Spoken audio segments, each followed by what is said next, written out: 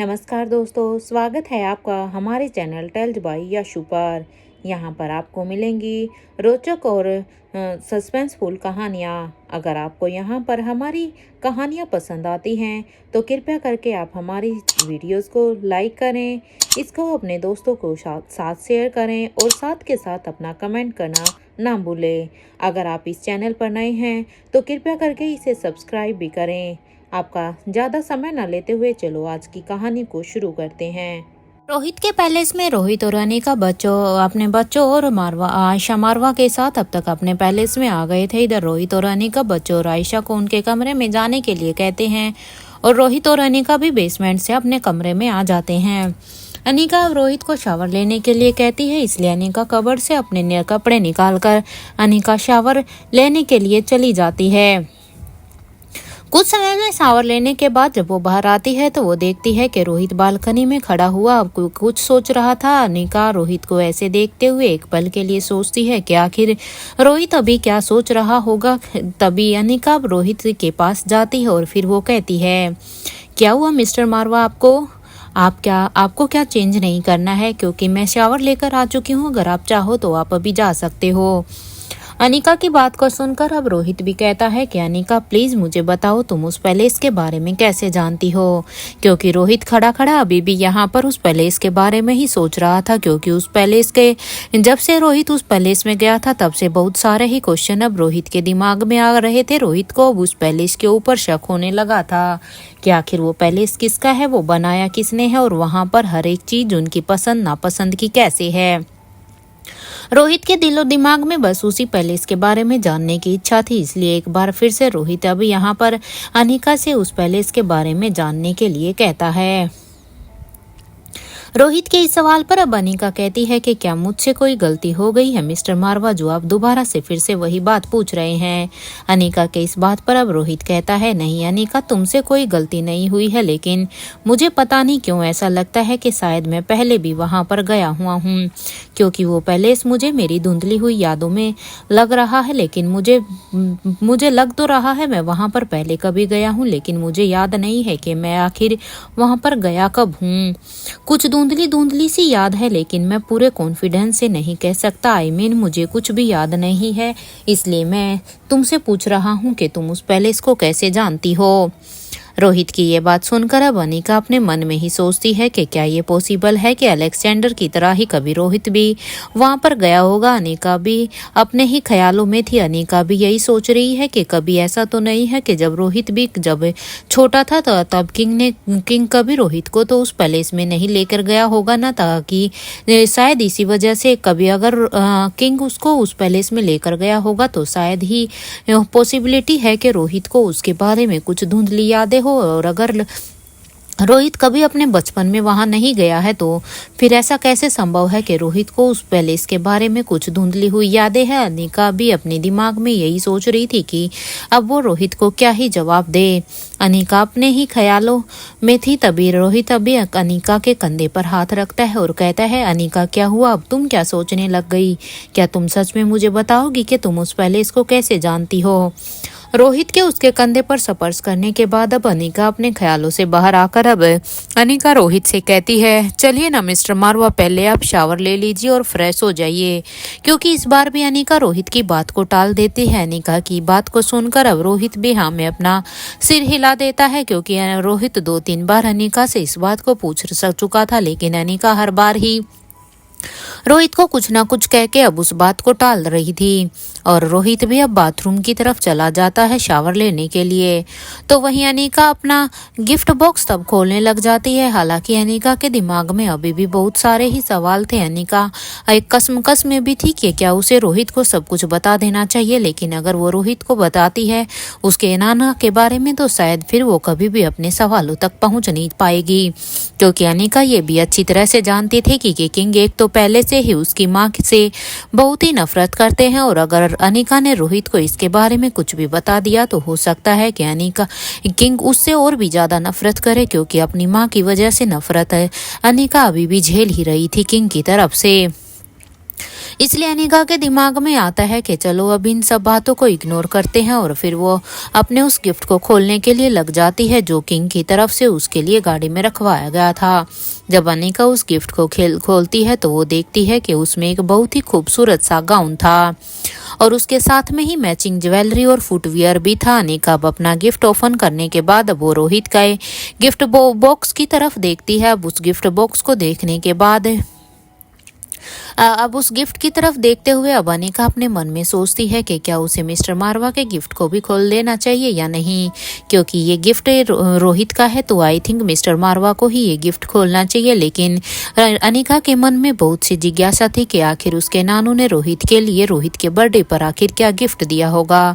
इसलिए अब अनिका भी अब इस चीज को छोड़ करके ये गिफ्ट रोहित को छोड़ना चाहिए। अब वो फैसला करती है कि वो ही इस गिफ्ट को खोल लेगी।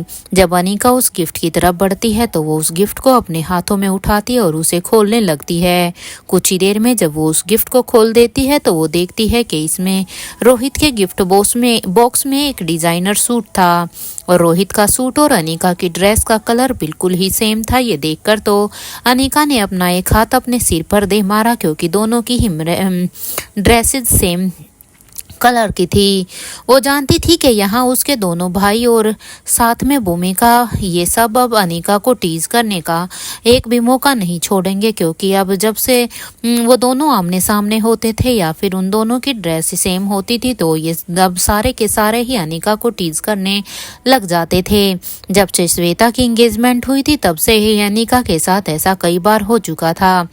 अनिका अब यही सोच रही थी कि तभी अब तक रोहित भी शावर लेकर अपने कमरे में वापस आ चुका था। तब वो देखता है कि अनिका ने रोहित के गिफ्ट को अनपैक कर दिया है। जब अपने कमरे में आता है तो वो देखता है कि अनिका ने अब तक उसके गिफ्ट को भी अनपैक कर दिया था। रोहित अनिका को चिढ़ाते हुए कहता है कि अनिका, अब मुझे पता चला कि आखिर रिया के अंदर ये गिफ्ट को सबसे पहले अनपैक करने की आदत कहाँ से आई है, क्योंकि हो ना हो रिया के अंदर भी गिफ्ट को सबसे पहले अनपैक करने की आदत तुम्हारे ही अंदर से आई है, क्योंकि उसमें ये गुण तुम्हारा ही है। जिस तरह से रिया सभी के गिफ्ट को, चाहे वो गिफ्ट किसी का भी हो, वो सोचती है कि वो ही उसे अनपैक करेगी, इसलिए तुमने भी मुझसे बिना मेरी परमिशन के मेरे गिफ्ट को भी अनपैक कर दिया।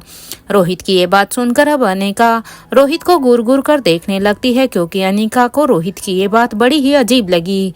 लेकिन अब वो रोहित को इस बात का कोई भी जवाब नहीं देती है। अब अनिका अपनी ड्रेस को लेकर अब सीधा ही बाथरूम में चली जाती है, तो वहीं रोहित भी अब जल्दी से अपने बेड से उस सूट को उठाता है और फिर कुछ ही देर में वो रोहित और अनिका दोनों ही अब तक पूरी तरह से रेडी हो चुके थे, क्योंकि इधर रोहित अपनी ड्रेस को पहनता है तो अब तक अनिका भी बाथरूम से अपनी ड्रेस को पहनकर कमरे में वापस आ जाती है। यहाँ अनिका भी अभी बाहर आ जाती है तो रोहित उसे देखता ही रह जाता है। अनिका अब अपने ड्रेसिंग मिरर के पास जाती है और फिर वो अपना हल्का सा एक मेकअप करने लगती है। फिर वो अपने बालों को खुला छोड़ देती है, क्योंकि इस गाउन के साथ वो अपने बालों को आज खुला छोड़ती है। तो वहीं रोहित अब बेड से एक नेकलेस उठाता है और फिर वो अनिका के पास जाकर वहां पर खड़ा हो जाता है और अनिका को ही मेकअप करते हुए देखता है। रोहित को इस तरह अपनी तरफ घूरता हुआ देखकर अब अनिका कहती है, क्या हुआ मिस्टर मारवा, मुझे ऐसे क्यों देख रहे हो। अनिका की इस बात पर अब रोहित एक स्माइल करने लग जाता है। यहाँ पर अनिका को रोहित की स्माइल बड़ी ही अजीब लग रही थी। वो अब कंफ्यूज हो गई कि आखिर रोहित अब करना क्या चाहता है। इससे पहले अनिका कुछ भी कह पाती, रोहित ने अब जल्दी से अनिका को अब वो अनिका के गले में अब वो पहनाने लगता है और रोहित के इस एक्शन पर अब अनिका कहती है, मिस्टर मारवा, मैं इसे खुद पहन सकती हूँ। अनिका को नेकलेस पहनाने के बाद अब रोहित अनिका से कहता है, मुझे पता है कि तुम ये खुद कर सकती हो, लेकिन तुम्हारे लिए कुछ भी करने के में मुझे बड़ी ही खुशी मिलती है। इसलिए अनिका, मेरी खुशी के लिए ही मैंने तुम्हें ये पहना दिया, और वैसे भी तुम्हारी इस ड्रेस के साथ बस इसी की कमी थी, इसलिए मैंने उसे पूरा कर दिया। और फिर अब रोहित अनिका को भी इयररिंग पहनाने लगता है, क्योंकि जब रोहित ने अनिका को ये कहा कि उसे रेडी कराने में उसके लिए ये काम करना रोहित को बड़ा ही अच्छा लगता है, तो इसलिए अब अनिका भी वहां पर एक जगह बैठ जाती है और अब रोहित बड़े ही प्यार से अब अनिका को इयररिंग भी पहनाने लगता है और फिर अब रोहित अनिका के हाथ पर एक ब्रेसलेट और दूसरे हाथ में अब उसे उसी की वॉच पहना देता है। यहाँ अनिका अब पूरी तरह से तैयार थी। अब अनिका रोहित को कहती है, हो गया मिस्टर मारवा अब आपका? तब रोहित कहता है, हाँ हाँ हो गया। अब ये सब सुनकर अब अनिका अपनी जगह से उठती है और अब वो अपना परफ्यूम लगाने लगती है तो वो देखती है कि रोहित की नज़र सामने मिरर पर ही है, क्योंकि अब रोहित सामने मिरर से ही अनिका को देख रहा था। वो मिरर से ही अनिका को निहारे जा रहा था। रोहित अब अनिका से कहता है, क्या अब हम दोनों तैयार हैं? रोहित की इस बात पर अनिका अब हाँ में अपना सिर हिला देती है, क्योंकि अनिका भी अब तक तैयार हो चुकी थी। तो वहीं दूसरी तरफ राजमहल में बड़ी रानी और प्रिंसेस लतिका दोनों ही कवि नालिशा का वेट कर रहे थे, क्योंकि अभी तक कवि नालिशा उनको ज्वाइन करने के लिए नहीं आई थी, क्योंकि वो सब फिर वहां से रोहित के पैलेस के लिए निकलने वाले थे। तो वहीं प्रिंसेस लतिका अभी हेड सर्वेंट से कह रही थी, हमारी बेस्ट फ्रेंड के डैड का बर्थडे है, आई होप सारे के सारे गिफ्ट अच्छे से पैक हो गए होंगे। प्रिंसेस लतिका की इस बात पर अब हेड सर्वेंट कहता है, आप चिंता मत कीजिए प्रिंसेस, सब कुछ पूरी तरह से रेडी हो चुका है। आई होप किसी भी चीज़ की कोई भी कमी नहीं है, क्योंकि हमने बड़े ही ध्यान से सब चीज़ों को पैक कराया है। अब तक कवि नालिशा भी रेडी होकर बड़ी रानी और प्रिंसेस लतिका के पास आ गई थी। प्रिंसेस लतिका अब कवि नालिशा को देखकर कहती है, वाओ रानी माँ, आज तो आप बहुत ही खूबसूरत लग रही हैं। अपनी बेटी की ये बात सुनकर अब कवि नालिशा कहती है, लेकिन हाँ सुंदर तो मैं लग रही हूँ, लेकिन आपसे थोड़ा सा कम। अपनी माँ की ये बात सुनकर प्रिंसेस लतिका अपने दोनों ही हाथों से अपने फेस को एकदम से कवर कर लेती है। वो यहाँ पर अपने फेस को कवर इसलिए करती है क्योंकि अपनी माँ की बात सुनकर वो थोड़ा सा शर्माने की एक्टिंग करती है। प्रिंसेस लतिका को इस तरह देखकर अब कवि नालिशा के फेस पर भी एक प्यारी सी स्माइल आ जाती है, क्योंकि उसे अपनी बेटी की ये शरारत पसंद आती है। कि तभी वो देखती है कि बड़ी रानी आज किसी गहरी सोच में ही थी, क्योंकि यहाँ पर जहाँ एक माँ बेटी की प्यार भरी बातें चल रही थी, तो वहीं बड़ी रानी अभी किसी सोच में ही थी। उनका तो ध्यान शायद कहीं और ही था। कवि नालिशा ने जब बड़ी रानी को ऐसे देखा तो उनसे रुका नहीं गया। तो अब वो बड़ी रानी से पूछती है कि क्या सब कुछ ठीक तो है ना? आप काफ़ी परेशान लग रही है, अगर कोई बात है तो आप मुझे बता सकती हैं। कवि नालिशा के इस सवाल पर अब बड़ी रानी कहती है, कुछ नहीं, ऐसी कोई बात नहीं है। मेरे ख्याल से अब हमें चलना चाहिए, क्योंकि हम पहले ही बहुत ही लेट हो चुके हैं। बड़ी रानी की यह बात सुनकर अब कवि नालिशा भी हाँ में अपना सिर हिला देती है और फिर वो मेन दरवाजे की तरफ जाने लगती है कि तभी उन्हें एक आवाज़ आती है, क्या मैं जान सकता हूँ कि आप सभी कहाँ जा रहे हो? जब पीछे मुड़कर सभी ने देखा तो यह आवाज़ बड़ी रानी के भाई की थी। बड़ी रानी के भाई ने उन तीनों को जब वहां से जाते हुए देखा तो उन्होंने उनसे पूछ ही लिया कि तुम सब कहाँ जा रहे हो, वो भी इतना रेडी होकर। अपने भाई के इस सवाल को सुनकर अब उसका जवाब देते हुए बड़ी रानी कहती है, लतिका की दोस्त के घर कोई फंक्शन है, हम सभी बस वहीं पर ही जा रहे हैं क्योंकि हमें वहां पर बुलाया गया है। बड़ी रानी अपने भाई से ये नहीं बताना चाहती थी कि आखिर वो कहाँ जा रही है। वो अपने भाई से एक्चुअल बात छुपाती है। ये कहते हुए ही अब बड़ी रानी कवि नालिशा और प्रिंसेस लतिका को चलने का इशारा करती है और फिर वो तीनों मेन दरवाजे के पास आ जाती हैं।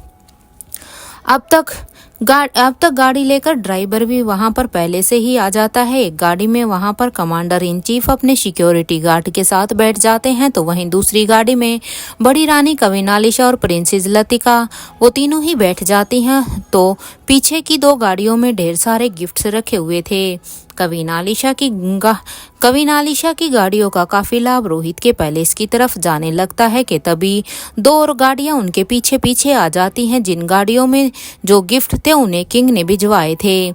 वहां दूसरी तरफ स्वाति की गुफा में अभी स्वाति अपने ही ख्यालों में थी।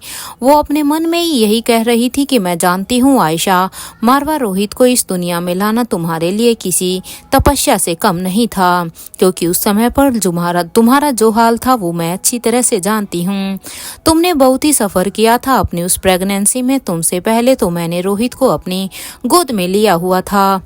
जब वो इस दुनिया में यहाँ पर आया था तो मैंने ही रोहित को सबसे पहले अपने हाथों में लिया था। स्वाति अपने ख्यालों में ही थी कि तभी उसे बूढ़े बाबा की आवाज सुनाई देती है।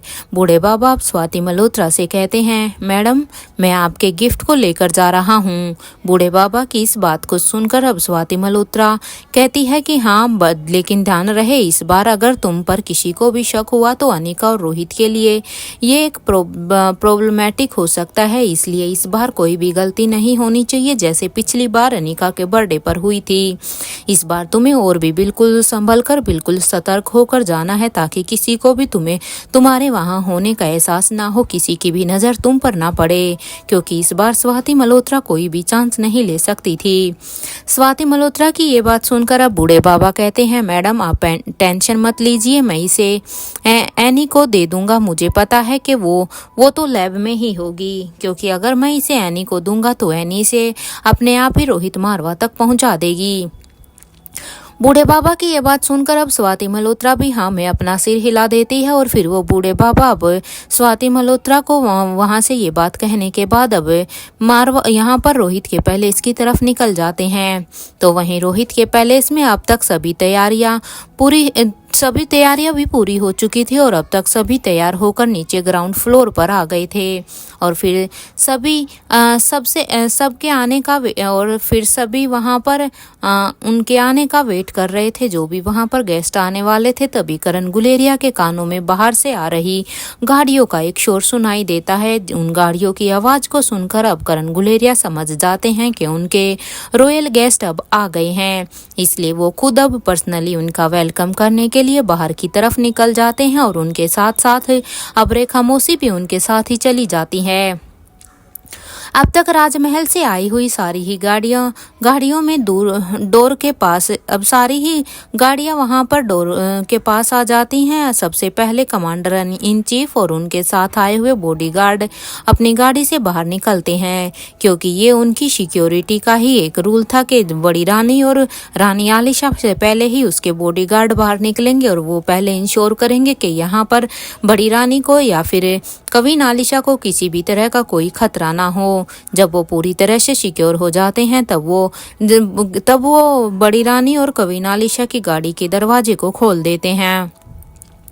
दरवाजे को खोलने के बाद अब उस गाड़ी से बड़ी रानी कवीन आलिशा और प्रिंसेस लतिका बाहर आती हैं। तो वो देखती हैं कि उनके ऊपर वहां पर बाहर निकलते ही फूलों की बारिश हो रही थी, क्योंकि जैसे ही उन तीनों ने बारी बारी से अपने पैर बाहर रखे तभी ही उनके ऊपर फूलों की बरसात होने लगी थी।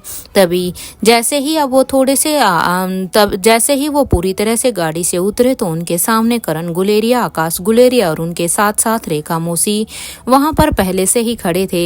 प्रिंसेस लतिका ने जैसे ही अपने सामने आकाश गुलेरिया को देखती है तो वो कहती है, hello Akash uncle, how are you. क्योंकि प्रिंसेस लतिका आकाश के साथ पहले भी जब वो कुछ दिन के लिए यहाँ पर रिया के पास रुकी हुई थी तो तब वो आकाश गुलेरिया से मिली हुई थी, इसलिए वो अब अच्छी तरह से आकाश गुलेरिया को जानती थी। प्रिंसेस लतिका की ये बात सुनकर अब कवीन आलिशा एकदम से हैरान हो जाती है, क्योंकि वो आकाश को इंस्पेक्टर अब्बास का असिस्टेंट ही समझ रही थी। क्योंकि कुछ समय पहले जब इंस्पेक्टर अब्बास वहां पर रोहित द्वारा बताई हुई एक डील को करने के लिए गए थे तब आकाश गुलेरिया उनके असिस्टेंट बनकर गए थे, इसलिए अभी तक कवीन आलिशा बस आकाश गुलेरिया को उनका असिस्टेंट समझ रही थी। हालांकि कवीन आलिशा ने अब उसके बाद आकाश गुलेरिया के साथ एक और डील की थी, लेकिन वो वहां पर उसने ईगल के साथ की थी, जिसमें वो उसका असली चेहरा नहीं देख पाई थी।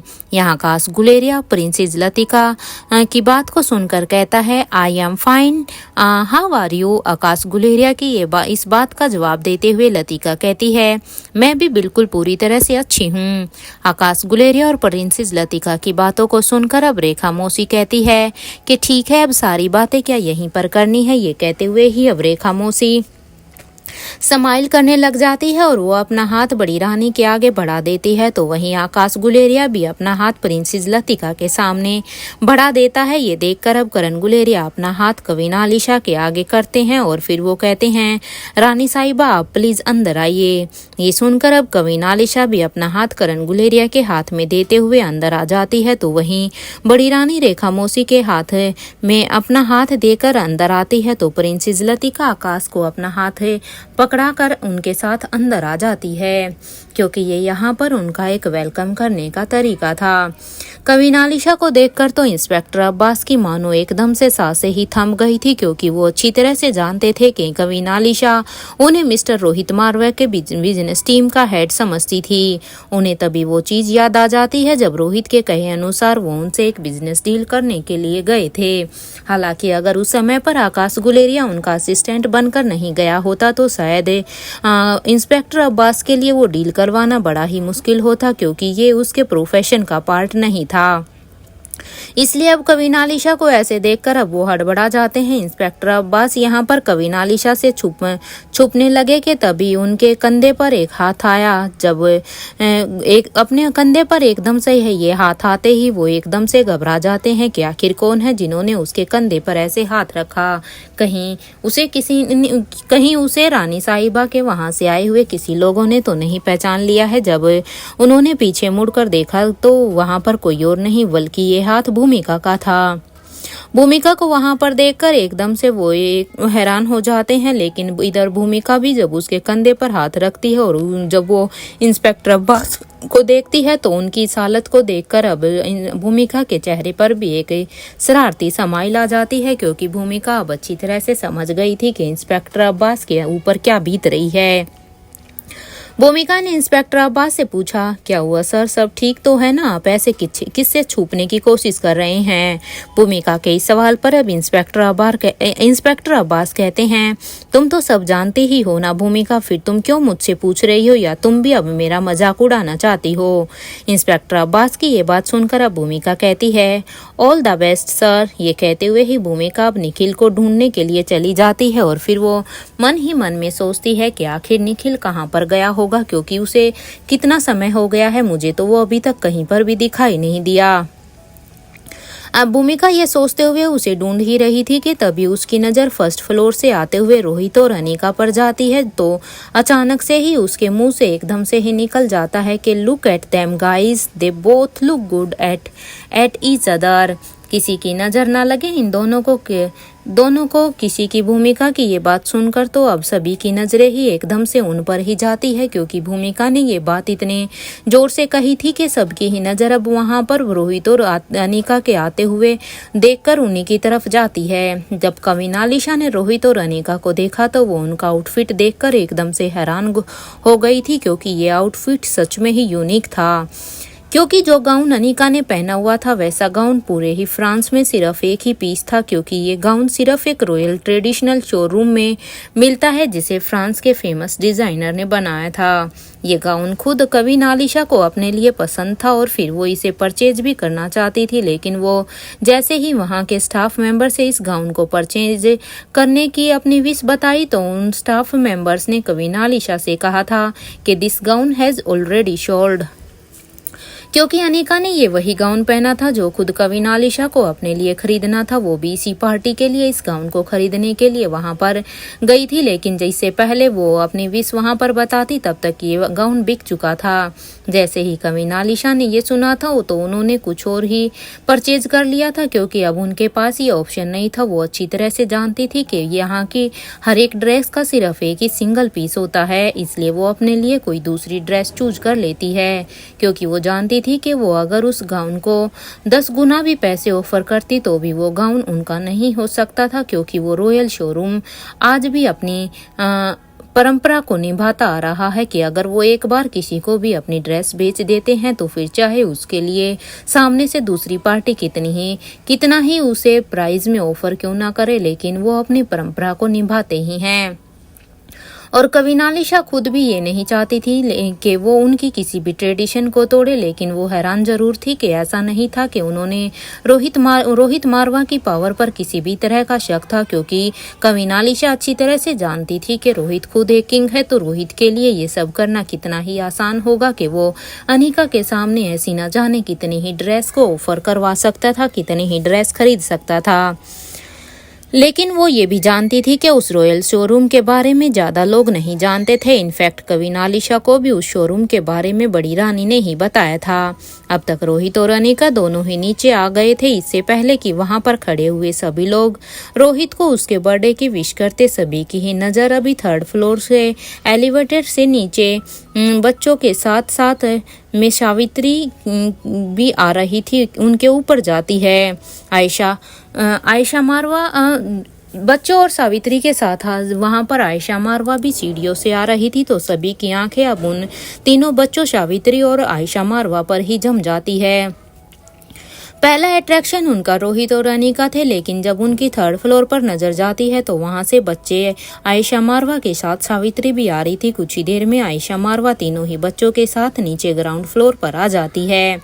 रोहित ने जब अपनी माँ को ऐसे देखा तो वो उन्हें देखता ही रह गया, क्योंकि ऐसा नहीं था कि आयशा मारवा खूबसूरती में किसी से कम थी, लेकिन जो आउटफिट उन्होंने आज पहना हुआ था उससे वो और भी बहुत ही ज़्यादा सुंदर लग रही थी।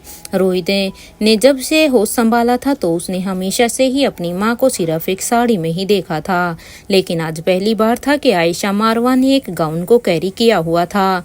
रोहित पहली बार अपनी लाइफ में अपनी माँ को एक गाउन में देख रहा था, इसलिए रोहित के एकदम से अपनी माँ को देखकर होश उड़े हुए थे। अनिका जल्दी से अपनी आयशा माँ के पास गई और फिर वो उनका हाथ पकड़कर कहने लगी, आप तो माँ बहुत ही खूबसूरत लग रही हैं।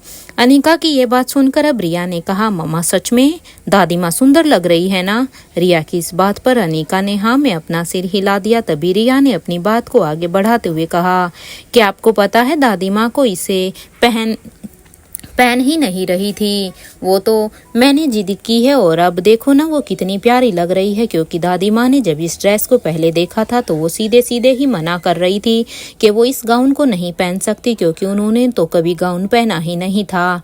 लेकिन मैंने दादी माँ को इतना कन्विंस किया कि उन्हें ये गाउन पहनना ही पड़ा। रिया की ये बात सुनकर अब अनिका भी हाँ में अपना सिर हिला देती है और कहती है, I am proud of you बेटा। क्योंकि अनिका रिया को ये इसलिए कह रही थी क्योंकि सच में रिया ने अपनी दादी माँ को मनाने के लिए एक बहुत बड़ा काम किया था। यहाँ आयशा मारवा भी रिया से कहती है कि अब तो तुम खुश हो ना, क्योंकि अब तो मैंने तुम्हारी इच्छा पूरी कर दी है। अपनी दादी माँ की ये बात सुनकर अब रिया के चेहरे पर भी एक समाइल आ जाती है और फिर उसकी नज़र अब वहाँ से हटकर अब प्रिंसेस लतिका पर जाती है। जब रिया उसे देखती है तो वो सोचती है, ओ प्रिंसेस लतिका कब आई, क्योंकि वो तो रेडी होने में लगी हुई थी। उसे पता ही नहीं चला कि उसकी फ्रेंड वहाँ पर पहले से ही आ चुकी है। इसलिए अब रिया भागकर जल्दी से प्रिंसेस लतिका के पास जाकर कहती है, तुम कब आई? लतिका रिया की बात को सुनकर अब प्रिंसेस लतिका ने कहा कि बस थोड़ी ही देर पहले। ये कहते हुए ही प्रिंसेस लतिका ने रिया को हक कर लिया और फिर कुछ ही देर तक एक दूसरे के साथ वो ऐसे ही थी। प्रिंसेस लतिका ने अब रिया से कहा कि मैंने तुम्हें बहुत मिस किया। प्रिंसेस लतिका की ये बात सुनकर अब रिया ने भी कहा कि हाँ मैंने भी तुम्हें ही बहुत मिस किया। और फिर प्रिंसेस लतिका का ध्यान अब उसकी ड्रेस पर जाता है। अब प्रिंसेस लतिका रिया की ड्रेस को देखकर कहती है, वाओ रिया, आज तो तुम्हें देखकर ऐसा लग रहा है कि तुम भी किसी रियासत की प्रिंसेस हो। You look like so nice. Princess Latika की ये तारीफ सुनकर अब रिया कहती है, तुम भी बहुत ही सुंदर लग रही हो, तुम भी कोई कम नहीं लग रही हो। वहाँ थोड़ी ही दूर खड़ा हुआ आकाश गुलेरिया दोनों ही के ही पास आकर अब कहता है कि आज तो आप दोनों ही किसी बार्बी डॉल से कम नहीं लग रही हो। मुझे तो ऐसा लग रहा है कि आज मैं सच में ही किन्हीं दो बार्बी डॉल को अपनी आंखों के सामने रियल रूप में देख रहा हूँ। आकाश गुलेरिया की ये बात सुनकर अब दोनों ही लड़कियों के फेस पर एक समाइल आ जाती है कि तभी रिया अब प्रिंसेस लतिका से पूछती है कि बताओ वो लतिका, यहाँ पर किया हुआ डेकोरेशन तुम्हें कैसा लग रहा है? रिया के इस सवाल पर अब प्रिंसेस लतिका कहती है कि सच बताऊं रिया, यहाँ का डेकोरेशन मुझे बहुत ही पसंद आया, ये बहुत ही खूबसूरत है, आई लव इट। और तुमने तो यहाँ पर फ्रेश फ्लावर भी डेकोरेशन में यूज करवाए हैं, इसलिए यहाँ पर कितनी प्यारी महक आ रही है इस डेकोरेशन में से। प्रिंसेस लतिका की ये बात सुनकर अब रिया कहती है, अरे ये महक तो उन फूलों की है जो आज ही दादी माँ को मिले हैं। ये महक इन फूलों की नहीं बल्कि उन फूलों की है जो दादी माँ के लिए हैं। यहाँ आने के बाद उन फ्लावर्स को मैंने नानू को दे दिया था, तो देखो नानू ने कितने अच्छे से उन्हें सेंटर टेबल पर रखा है, उन्हीं में से ये सारी खुशबू आ रही है। रिया की ये बात सुनकर अब प्रिंसेस लतिका जब सेंटर टेबल पर रखे हुए उन फ्लावर्स को देखती है तो वो हैरानी से रिया से पूछती है, ये फ्लावर कहाँ से मिले हैं रिया? ये फ्रांस के तो नहीं लग रहे हैं, क्योंकि ऐसे फ्लावर तो मैंने भी आज तक पहली बार नहीं देखे हैं। मैं इन फ्लावर्स को पहली बार देख रही हूँ। प्रिंसेस लतिका के इस सवाल पर अब रिया कहती है कि कहाँ से मिले हैं ये तो मैं भी नहीं बता सकती हूँ, लेकिन हाँ, आज मम्मा ने हमें एक सरप्राइज दिया था और वो हमें एक ब्यूटीफुल से पैलेस में लेकर गई थी, तो ये वहीं से ही मिले। हालांकि वो पैलेस कहाँ है और उसका नाम क्या है ये तो मैं भी नहीं बता सकती, क्योंकि मैं उसके बारे में जानती ही नहीं हूँ। रिया की बात को सुनकर अब प्रिंसेस लतिका कहती है कि क्या तुम हमें नहीं बताओगे कि तुम कहाँ गई थी? प्रिंसेस लतिका के इस सवाल पर अब रिया कहती है कि एग्जैक्टली लतिका, पता नहीं तुम ट्रस्ट करोगी या नहीं, लेकिन मुझे भी उस पैलेस के बारे में नहीं पता कि हम कहाँ गए थे। उसके बारे में सिर्फ मेरी मम्मा ही जानती है, लेकिन जहाँ भी गए थे मैं बस वहाँ पर दोबारा जाना चाहूँगी और तुम भी मेरे साथ चलना। यहाँ रिया प्रिंसेस लतिका के साथ बात कर ही रही थी तो वहीं रेखा मौसी से बात वहाँ पर बड़ी रानी रेखा मौसी से बात कर रही थी। बड़ी रानी की नज़र लेकिन बात करते हुए जब आयशा मारवा पर जाती है तो मानो वो अपनी जगह पर ही एकदम से ही फ्रीज हो जाती है, क्योंकि बड़ी रानी आज 30 साल के बाद अब आयशा मारवा को देख रही थी। क्योंकि बड़ी रानी ने 30 साल पहले ही आयशा मारवा को देखा था, लेकिन आज 30 साल के बाद बड़ी रानी ने आयशा मारवा को यहाँ फ्रांस में दोबारा से देखा था। फिर अचानक ही उनके कदम आयशा मारवा की तरफ ही बढ़ने लगे। जहाँ आयशा अनीका और सावित्री से बात कर रही थी कि तभी आयशा की नजर अब बड़ी रानी पर जाती है तो वो भी उन्हें देखकर एकदम से हैरान हो जाती है। तो वहीं आयशा मारवा की बगल में खड़ी हुई सावित्री ने जब बड़ी रानी को देखा तो वो उन्हें देखकर ही ग्रीट करने लगी, क्योंकि वो अच्छी तरह से जानती थी कि वो कौन है। तो वो बड़ी रानी ने भी अब सावित्री को के ग्रीट का जवाब देते हुए ही अपना सिर वहां से ही झुका दिया था। ये बात कोई नहीं जानता था कि सावित्री सालों पहले बड़ी रानी की क्लोज सिक्योरिटी गार्ड थी। सिर्फ किंग को के एक बार कहने से ही बड़ी रानी ने सावित्री को आयशा मारवा के साथ उसकी केयरटेकर बनकर रहने के लिए जाने दिया था, नहीं तो उससे पहले सावित्री उनकी ही एक सिक्योरिटी गार्ड थी। यहाँ आयशा मारवा और बड़ी रानी दोनों ही अब एक दूसरे को देखने लगी। आयशा जानती थी कि जब उनके जन्मे हुए बच्चे को एक माँ की जरूरत थी तो उस वक्त बड़ी रानी ने ही रोहित को संभाला था, क्योंकि उस समय पर आयशा मारवा की कंडीशन बहुत ही खराब थी। वो अपने बच्चे को अपने हाथों में भी उठा सकने के लायक नहीं थी, क्योंकि उसके हड्डियों का बिल्कुल चूरा ही निकल चुका था। वो बस रोहित को बड़ी रानी की ही गोद में देखती थी और अपनी लाचारी पर उस समय बहुत ही अफसोस करती थी, क्योंकि आयशा मारवा के लिए वो समय बहुत ही खराब था। अनिका ने जब देखा कि बड़ी रानी और उसकी आयशा माँ दोनों ही खामोशी से बस एक दूसरे को ही देख रही हैं, तब अनिका ने अपनी आयशा माँ से कहा, माँ ये यहाँ की बड़ी रानी है, इस फ्रांस की रानी। अनिका की ये बात सुनते ही अब आयशा मारवा ने अनिका से कहा, क्या हम पेरिस में हैं? क्योंकि आयशा मारवा अभी तक नहीं जानती थी कि वो कहाँ पर है। आयशा मारवा के इस सवाल पर अब अनिका हैरानी में जरूर थी, क्योंकि आयशा मारवा ने सवाल ही ऐसा पूछ लिया था, क्योंकि अनिका भी नहीं जानती थी कि उसकी आयशा मारवा को पता नहीं है कि वो अभी पेरिस में है। वो हैरान थी, क्योंकि अब तक उसकी आयशा माँ को यहाँ पर आए हुए कितना समय हो गया था, लेकिन अभी तक उसे यहाँ की लोकेशन के बारे में क्यों नहीं बताया गया था। अपनी हैरानी से बाहर आते हुए ही अब अनिका हाँ में अपना सिर हिला देती है, जिसका मतलब ये था कि हाँ आप पेरिस में ही हैं। अनिका की इस बात को सुनकर मानो आयशा मारवा के पैरों से एकदम से ही जमीन खिसक गई थी, क्योंकि आयशा मारवा तो अभी तक यही सोच रही थी, भले ही ये जगह अलग है लेकिन ये शायद इंडिया से बाहर नहीं है। इससे पहले वो अपना बैलेंस खोकर गिर जाती, बड़ी रानी ने एकदम से ही आकर उनके कंधे पर अपने हाथों को रखकर उसे संभाल लिया उन्हें गिरने से बचा लिया। यहाँ बड़ी रानी अच्छी तरह से जानती थी कि इस शहर ने न सिर्फ आयशा को बल्कि स्वाति को भी बहुत ही दुख दिए थे। दुख के सिवाय इस शहर ने इन दोनों को ही और कुछ भी नहीं दिया था। आयशा मारवा पेरिस का नाम सुनते ही एकदम से इसलिए अपना बैलेंस खो देती है, क्योंकि अब 30 साल पहले आयशा मारवा के साथ जो भी हुआ था वो सब कुछ यहाँ पर पेरिस में ही हुआ था, इसलिए वो सपने में भी कभी यहाँ पर आने की नहीं सोच सकती थी। जब उसे पता चला कि वो पेरिस में है तो वो एकदम से ही हड़बड़ा गई, क्योंकि वो यहाँ पर अपनी पूरी जिंदगी नहीं आना चाहती थी। इस शहर में आयशा और स्वाति के खुश होने की एक ही वजह थी और वो थी उनके बच्चे रोहित और अनिका। बड़ी रानी जानती थी कि आखिर कैसे उस वक्त खुद 5 महीने की प्रेग्नेंट होने के बाद भी स्वाति मल्होत्रा ने लगातार 20 घंटे तक आयशा मारवा का ऑपरेशन किया था। जो काम उस समय पर स्वाति मल्होत्रा ने किया था वो कोई इजी काम नहीं था। अगर उस समय स्वाति मल्होत्रा अगर ये काम नहीं करती तो शायद उस समय आयशा मारवा जिंदा भी नहीं बचती और ना ही उनका बच्चा। बड़ी रानी अपने इन्हीं ख्यालों में थी कि उस रात आखिर किंग ने स्वाति मल्होत्रा की बॉडी में ऐसी किस चीज को इंजेक्ट किया था कि स्वाति मल्होत्रा ने लगातार 20 घंटे तक आयशा मारवा का ऑपरेशन किया था। और इस बात का असर उसके बच्चे पर भी नहीं हुआ था, क्योंकि उस समय पर स्वाति मल्होत्रा के लिए भी 20 घंटे लगातार ऑपरेशन करना कोई इजी नहीं था, क्योंकि उस समय स्वाति मल्होत्रा भी खुद 5 महीने से प्रेग्नेंट थी। तभी किंग ने ही उसकी बॉडी में कुछ ऐसी मेडिसिन इंजेक्ट की थी जिससे स्वाति मल्होत्रा इस काम को कर पाई, वो भी बिना सोए बिना थके, और जबकि उस दवाई का उसके बच्चे पर भी कोई असर नहीं हुआ था। उस राजमहल में आने के बाद ही स्वाति मल्होत्रा खुद भी श्योर नहीं थी कि वो इतनी देर तक ये ऑपरेशन कर भी पाएगी या नहीं, क्योंकि जब वो वहां पर आई थी तब किंग ने उसे ये ऑपरेशन करने के लिए कहा था, तो स्वाति मल्होत्रा भी नहीं जानती थी कि वो इतना कठिन ऑपरेशन कर भी सकती है या नहीं, क्योंकि उस समय वो भी खुद प्रेग्नेंट थी और ये ऑपरेशन कोई छोटा मोटा नहीं, लेकिन क्योंकि ये बहुत लंबे समय तक चलने वाला था। लेकिन किंग ने स्वाति मल्होत्रा को उस समय पर एक श्योरिटी दी थी कि वो स्वाति के बच्चे को कुछ नहीं होने देंगे, इसलिए स्वाति मल्होत्रा ये कर पाई थी।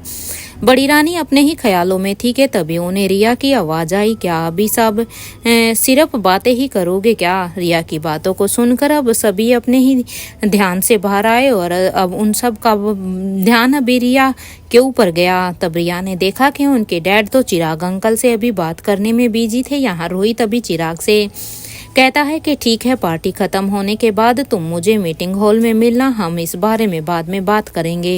यहाँ पर चिराग और रोहित किसी सीरियस डिस्कशन पर बात कर रहे थे, इसलिए रोहित उसे कहता है कि हम पार्टी के बाद में इस बारे में बात करेंगे। रोहित की बात को सुनकर अब चिराग कहता है कि ओके सर। कि तभी वहाँ पर रिया उनके सामने एकदम से आकर खड़ी हो जाती है और फिर वो दोनों को ही घूर घूर कर देखने लगती है। रिया को अपनी तरफ ऐसे घूरते हुए देखकर अब चिराग कहता है कि क्या बात है, आज तो हमारी रिया बेबी किसी प्रिंसेस से कम नहीं लग रही है।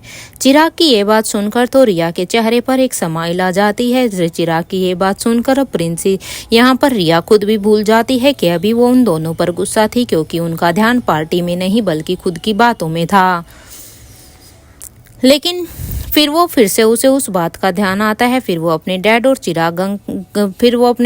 चिराग अंकल से कहती है, मैं आप दोनों से बात नहीं कर रही क्योंकि मैं आप दोनों से नाराज हो गई हूँ। कि तभी रिया ने रोहित का हाथ फिर से पकड़ा और फिर वो रोहित से कहने लगी, डैड आप मेरी बात सुनते क्यों नहीं है? ये पार्टी स्पेशल आपके लिए है, इसलिए चलिए और अभी जल्द से जल्द जाकर आप केक काटिए। रिया की इस बात पर रोहित भी हाँ में अपना सिर हिला देता है और फिर वो वहीं रिया अब जल्दी से रेखा मौसी के पास जाती है और फिर वो उनसे कहती है कि बड़ी मौसी कहाँ है वो? रिया के इस सवाल पर अब रेखा मौसी हेड सर्वेंट से कहती है कि उसे लेकर आइए। मौसी की इस बात पर हेड सर्वेंट कहता है कि बस अभी लेकर आया मैडम। ये कहते हुए ही अब वो हेड सर्वेंट किचन की तरफ चला जाता है और फिर वो कुछ ही देर में किचन से एक ट्रॉली लेकर आ रहा था जिसमें 3 लेयर्स का केक रखा हुआ था। ये देखकर तो अब रिया कहती है कि जल्दी से लाइए अंकल, यहाँ पर लाइए। और फिर अब वो जल्दी से रोहित का हाथ पकड़कर अब केक के पास लेकर जाती है और फिर वो आर्यन अलेक्जेंडर और अपनी बेस्ट फ्रेंड प्रिंसेस लतिका को भी आने के लिए वहीं पर कहती है। और फिर वो अपनी मोम की तरफ देखती है। जब अनिका ने रिया की तरफ देखा तो वो समझ गई थी कि आखिर रिया अनिका से क्या कहना चाहती है, क्योंकि अनिका भी अब रोहित और बच्चों के पास आ जाती है, क्योंकि रिया इशारों में अपनी माँ को ही अपने पास बुला रही थी ताकि उनकी पूरी ही फैमिली एक साथ इकट्ठी हो। तो यहाँ कवि नालिशा अभी अंजलि मामी के ही साथ खड़ी हो जाती है, तो वहीं दूसरी तरफ रेखा मौसी, बड़ी रानी और आयशा मारवा के साथ थी। यहाँ भूमिका इंस्पेक्टर अब्बास के साथ ही खड़ी थी ताकि वो कवि नालिशा की वजह से ये पार्टी छोड़कर ना चले जाएं, क्योंकि जब से यहाँ पर कवि नालिशा आई थी तब से वो उनसे छिपने की कोशिश कर रहे थे। तो वहीं निखिल, अर्जुन सिंह और छठी इंद्री के साथ खड़ा हुआ था। यहाँ रिया अब रोहित से कहती है कि डैड अब जल्दी से केक कट कीजिए ना, क्योंकि अब मुझसे और इंतजार नहीं हो रहा है। मैं ऑलरेडी बहुत इंतजार कर चुकी हूँ इस केक को खाने के लिए। रिया की ये बात सुनकर अब रोहित भी हाँ में अपना सिर हिला देता है, क्योंकि वो जानता था कि उसकी बेटी को केक कितना पसंद था।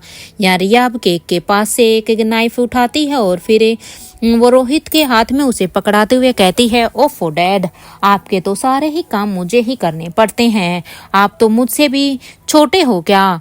रिया की ये बात सुनकर तो वहां पर सभी अब हंसने लग जाते हैं। यहाँ रोहित रिया के साथ ही अब अपना केक कट करने लगता है, तो वहीं बाकी सब अब क्लैपिंग के साथ रोहित को विश करने लगते हैं।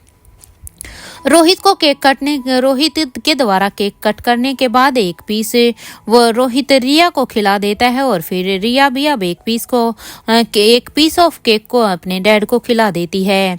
यहाँ रोहित अब केक को कुछ और पीसेज में कट करता है, और फिर वो एक एक करके पहले आर्यन को, फिर अलेक्जेंडर को और उसके बाद प्रिंसेस लतिका को खिला देता है।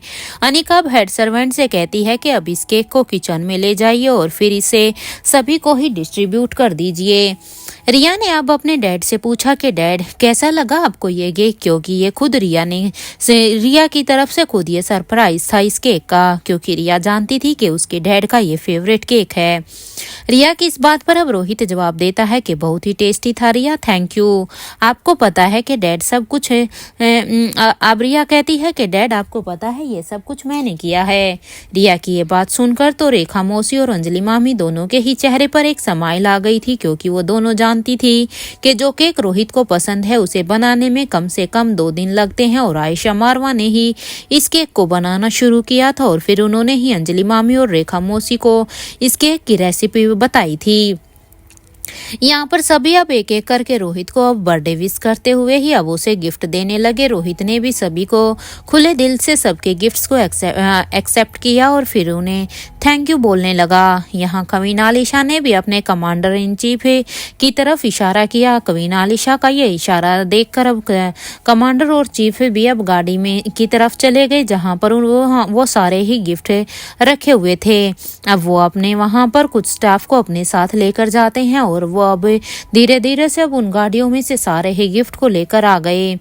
कवि नालिशा की भैया बात सुनते ही कमांडर और चीफ वहां पर उन गिफ्ट्स को लेने के लिए चले गए थे, क्योंकि वहां पर बहुत सारे ही गिफ्ट थे, इसलिए उन गिफ्ट को लाने में उन्होंने वहां पर कुछ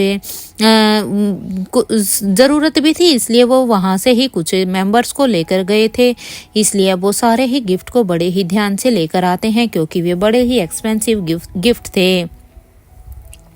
वहां पर अपनी गाड़ी में ही बैठे किंग के फाइटर इसी वक्त का ही इंतजार कर रहे थे कि वो सभी अब एक एक करके गाड़ी से नीचे उतरने लगे, क्योंकि जब कमांडर और चीफ वहां पर उन गिफ्ट को लेने के लिए गए थे तो वो वहां पर महल से भी कुछ लोगों को अपने साथ लेकर चले गए थे जो उनके साथ आए थे, लेकिन क्योंकि 2 गाड़ियां यहाँ पर गिफ्ट से भरकर किंग ने भेजी हुई थी, इसलिए उसके फाइटर भी वहां पर उन गाड़ियों में थे।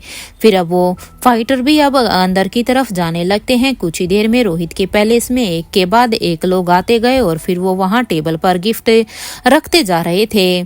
कुछ देर तक तो सभी की नजरें उन सभी पर ही थी, क्योंकि ये गिफ्ट लगातार ही आए जा रहे थे। इन्हें लाने के लिए बहुत सारे लोग लगे हुए थे। ये देखकर तो मयूर गुलेरिया ने आकाश गुलेरिया से कहा, भाई ऐसा नहीं लग रहा है कि रोहित मारवा के ऊपर गिफ्ट की बारिश हो रही है, क्योंकि इतने सारे गिफ्ट्स ये तो मैं भी पहली बार ही देख रहा हूँ। यार, राजमहल से इतने सारे गिफ्ट आ रहे हैं क्या? मयूर गुलेरिया की ये बात सुनकर तो अब आकाश गुलेरिया कहता है कि मुझे बस अनिका की टेंशन है कि वो कुछ गलत ना समझ ले कि आखिर कवि नालिशा ने रोहित मारवा के लिए इतने सारे गिफ्ट क्यों भेजे हैं। यहाँ तो बड़ी रानी भी अब हैरानी से कवीनालिशा को ही देख रही थी। तो वहीं कवीनालिशा को ये लग रहा था कि शायद बड़ी रानी ने भी बड़ी रानी की तरफ से ही ये सब कुछ गिफ्ट से ऐड कर दिए होंगे, क्योंकि इतने सारे गिफ्ट्स को वहां देखते हुए कवीनालिशा सोचती है कि ये बड़ी रानी ने भेजे हैं, जबकि बड़ी रानी सोचती है कि कवीनालिशा ने इतने सारे गिफ्ट क्यों मंगवाए हैं। थोड़ी ही देर के बाद जब ये सिलसिला बंद हुआ तो रिया ने रोहित से कहा, वाओ डैड, इतने सारे गिफ्ट्स, मेरे बर्थडे पर तो मुझे इतने गिफ्ट्स नहीं मिलते। ये देखकर तो रोहित अब उन गिफ्ट को इग्नोर करते हुए अब वो बड़ी रानी के पास जाकर खड़ा हो जाता है। और अब रोहित को ऐसे अपने पास खड़ा होता हुआ देखकर अब वो रोहित से कहती है, 1 मिनट रुको। और फिर वो आयशा मारवा और रेखा मूर्ति को एक्सक्यूज मी कहकर अब वो रोहित के साथ एक कॉर्नर में चली जाती है, क्योंकि वो रोहित के साथ ये बात पर्सनल करना चाहती थी। वहां जाने के बाद अब रोहित उससे कहता है कि क्या इस साल भी कुछ छोड़ा है उन्होंने मेरे लिए, क्योंकि हर साल बड़ी रानी से ही उन्हें अपने नानू दोबारा कुछ ना कुछ मिलता था। इसलिए रोहित उसी चीज के सिलसिले में वो बड़ी रानी से बात करने के लिए वहां उनके पास गया था, जिसे देखकर अब बड़ी रानी भी समझ गई थी कि रोहित उसकी तरफ क्यों आया है। इसीलिए वो पहले ही रोहित को एक साइड कोने में लेकर चली गई थी। रोहित के इस सवाल पर अब बड़ी रानी भी हाँ में अपना सिर हिला देती है और फिर वो अपने पर्स से एक एनवलप निकालकर उसे रोहित को देते हुए कहती है, ये आखिरी है जो हमें ये तुम्हें देना है, जो हमारे पास अब तक रखा हुआ था। बड़ी रानी की ये बात सुनकर अब रोहित कहता है कि thank you so much. Rohit की ये बात सुनकर अब बड़ी रानी रोहित से इतना ही कहती है कि अपनी वाइफ पर इतना भी भरोसा मत करो, क्योंकि ऐसा ही भरोसा उन्होंने इसकी माँ पर भी किया था और उसने क्या किया ये तो तुम जानते ही हो ना। बड़ी रानी की ये बात सुनकर अब रोहित उन्हें बस पूरा सच तो आप भी नहीं जानती हैं, इसलिए अभी जब तक आप पूरा सच नहीं जानती तब तक आप कोई भी कुछ भी डिसाइड नहीं कर सकती। रॉयल फैमिली में शायद सब जानते हैं कि अनिका की माँ ने क्या किया है, पर यह कोई नहीं जानता है कि उन्होंने ऐसा क्यों किया था, क्योंकि उनका भी अपना एक रीजन था। क्योंकि राजमहल में सबने सिर्फ एक साइड से एक ही बात को जाना है, इसलिए आपके लिए ये डिसीजन लेना थोड़ा सा आसान होगा। रोहित की ये बात सुनकर अब बड़ी रानी कहती है कि क्या तुम जानते हो कि पूरा सच क्या है। बड़ी रानी के इस सवाल पर अब रोहित बिल्कुल से खामोश हो जाता है, लेकिन वो अपने मन में ही सोचता है कि शायद वो जरूर जानते होंगे कि आखिर क्यों स्वाति माँ ने उन्हें मारने की कोशिश की थी, क्योंकि कुछ बात तो रोहित भी जानता था। रोहित को इस तरह से एकदम से कुछ सोचते हुए देखकर अब बड़ी रानी रोहित से फिर से कहती है, अगर तुम्हें कुछ पता है तो मुझे जरूर बताना, क्योंकि इतने सालों से किंग के लिखे हुए कुछ लेटर्स मेरे पास थे, लेकिन कभी मैंने इन्हें खोलकर नहीं देखा है, क्योंकि मैं उनके ट्रस्ट को तोड़ना नहीं चाहती थी। बस हम उन लेटर्स में से ही एक सही वक्त पर तुम तक पहुंचाते गए, क्योंकि मैं बस किंग का दिया हुआ काम ही हर साल कर रही थी, क्योंकि हर साल मैं तुम्हें वो एनवलप देती थी। यहाँ अनिका ने अब तक सभी से कहा कि खाना काउंटर पर लग गया है, इसलिए सब अभी खाने को एंजॉय कीजिए। ये कहते हुए ही अब अनिका की नज़र एक शख्स पर जाती है, तो वो उसकी आंखों को देखकर ही पहचान गई थी कि ये तो वही फाइटर हैं जो किंग के साथ पैलेस में रहते थे, क्योंकि अनिका उन फाइटर्स को अब अच्छे से पहचानती थी। अब अनिका को ये समझने में बिल्कुल भी समय नहीं लगता कि जो इतने सारे गिफ्ट राजमहल से आए हैं उनमें से कुछ किंग ने रोहित के लिए भेजा है, क्योंकि ये फाइटर अगर यहाँ पर हैं तो जरूर वो किंग के द्वारा भेजे हुए गिफ्ट्स को ही यहाँ पर लाए हैं, जो सिर्फ राजमहल के गिफ्ट्स के में ही इंक्लूड कर दिए गए हैं। ये देखकर तो अनिका के चेहरे पर भी एक स्माइल आ जाती है कि यहाँ पर किंग ने रोहित के लिए उसके गिफ्टों को भेज दिया है। लेकिन वो जैसे ही रोहित की तरफ देखती है तो उसके चेहरे पर परेशानी देखकर अब अनिका जल्दी से अब रोहित के पास चली जाती है, क्योंकि जैसे ही बड़ी रानी से रोहित ने उस एनवलप को लिया था तब से ही उसके चेहरे पर एक परेशानी आ गई थी। इसलिए रोहित को उसके बर्थडे वाले दिन ही परेशान होता हुआ देखकर अब अनिका रोहित के पास जाती है। वहाँ अनिका को देखकर अब बड़ी रानी वहाँ से अब एक्सक्यूज मी कहकर चली जाती है, क्योंकि जब अनिका यहाँ पर रोहित के पास आई तो तब तक बड़ी रानी और रोहित दोनों ही आपस में बातें कर रहे थे। लेकिन अनिका को ऐसे उनके बीच में आता हुआ देखकर अब बड़ी रानी वहां से निकल जाती है। या अनिका अब रोहित से पूछती है कि क्या बात है मिस्टर मारवा, सब ठीक तो है ना, आप इतना परेशान क्यों नजर आ रहे हैं, कुछ हुआ है क्या? अनिका के इस सवाल पर अब रोहित कहता है कि सब ठीक है, इनफैक्ट चिराग ने वो काम कर दिया है।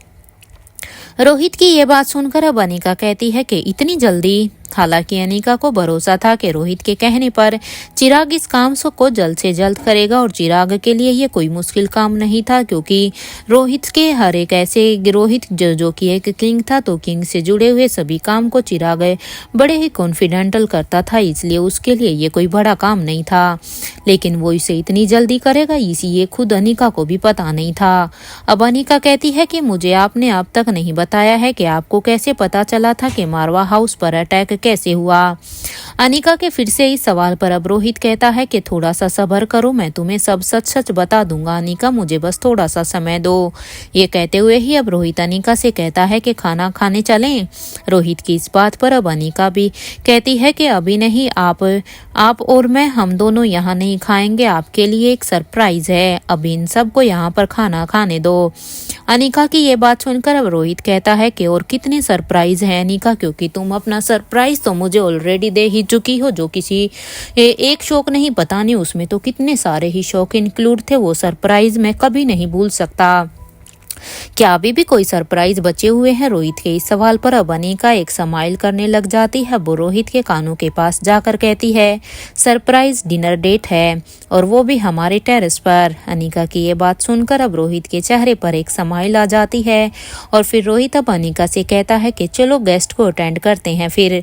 रोहित की क्योंकि मैं उसे डिनर डेट के लिए और ज़्यादा इंतजार नहीं कर सकता, इसलिए सबसे पहले तो हमें गेस्ट को ही विदा करना होगा। रोहित की सड़बड़ाहट गौरी ये बात सुनकर अब अनिका भी हमें अपना सिर हिला देती है और उसे एक स्माइल देती है। तो वहीं इस बात से अनिका और रोहित दोनों ही अनजान थे कि उनकी बातों को भूमिका, आकाश और मयूर गुलेरिया तीनों ने ही सुन लिया था। जब अनिका रोहित को ये बात कह रही थी तो वहां पर उन तीनों ने भी उनकी बातों को सुन लिया था। यहाँ भूमिका अब आकाश गुलेरिया से कहती है कि क्या तुम दोनों ने सुना, टेरेस पर डिनर डेट का प्लान है इन दोनों का। भूमिका की ये बात सुनकर अब मयूर गुलेरिया भी कहता है तो क्या किया जाए, थोड़ी शरारत तो बनती है ना इन दोनों के साथ। भूमिका अब मयूर गुलेरिया की बात को सुनकर कहती है कि ऐसा क्या करें कि इनकी डिनर डेट खराब हो जाए, क्योंकि ये बड़े ही शहाने बनने जा रहे हैं। हम सब यहाँ पर खाना खाएंगे और ये अपनी अलग से डेट मनाएंगे, ये क्या हमारे साथ खाना नहीं खा सकते। भूमिका के इस सवाल पर अब मयूर गुलेरिया कहता है कि टेरेस को लॉक कर देते हैं, अगर टेरेस ही लॉक हो जाएगा तो फिर इनकी डेट भी अपने आप ही ऊपर जाने की कैंसिल हो जाएगी। मयूर की ये बात सुनकर अब आकाश गुलेरिया कहता है कि वेरी बैड आइडिया, कुछ तो सोचो। अब भूमिका कहती है कि जब ये दोनों डिनर कर रहे होंगे तो हम पटाखे जलाएंगे और इसके बाद हम अलेक्जेंडर के बटर स्कॉच को टेरेस पर छोड़ देंगे, जिससे अपने आप ही इनका सारा प्लान कैंसिल हो जाएगा। दोनों का पूरा टाइम ही बस उस बटर स्कॉच को संभालने में चला जाएगा। भूमिका की ये बात सुनकर अब आकाश गुलेरिया कहता है कि ये कर सकते हैं, हम एक काम करते हैं कि कविनालिशा के जाने के बाद हम सब अलेक्जेंडर से बटर स्कॉच को लेकर आ जाते हैं, क्योंकि सबसे पहले तो ज़रूरी ये है ना कि हम अलेक्जेंडर से उसकी बटर स्कॉच लेके आए, क्या पता वो हमें ना दे। आकाश की ये बात सुनकर अब मयूर और भूमिका दोनों ही अब थम्स अप का इशारा कर देते हैं और फिर वो तीनों के ही चेहरे पर एक स्माइल आ जाती है जो शैतानी भरी थी। भूमिका अब कहती है कि चलो पहले हम तो कुछ खा लें। ये कहते हुए ही अब वो तीनों ही फूड काउंटर के पास चले जाते हैं। यहाँ कविनालिशा भी पूरी पार्टी में ही सिर्फ रोहित को ही देख रही थी, क्योंकि अब तक उन्हें मौका ही नहीं मिला था कि वो रोहित को पर्सनली उनके पास जाकर खुद से विश करें। कविनालिशा भी यही सोच रही थी कि तभी उनके सामने अनिका और रोहित एकदम से ही आ गए थे। अपने सामने ऐसे किंग को देखकर अब कविनालिशा ने रोहित को बर्थडे की विश दी। रोहित ने भी अब उन्हें थैंक यू कहा और फिर उन्हें कहने लगा प्लीज़ आप फूड एंजॉय कीजिए।